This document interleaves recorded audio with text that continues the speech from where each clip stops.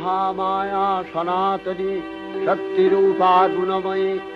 তিনি এক তবু প্রকাশ বিভিন্ন, দেবী নারায়ণী, আবার ব্রহ্মশক্তি রূপা ব্রহ্মাণী, কখনো মাহেশ্বরী রূপে প্রকাশমানা, কখনো বা নির্মলা কৌমারী রূপধারিণী, কখনো মহাবজ্র রূপিণী ঐন্দ্রী, উগ্রা শিবদূতি, নিমুন্ডমালিনী চামুণ্ডা, তিনি আবার তমোময়ী নিয়তি।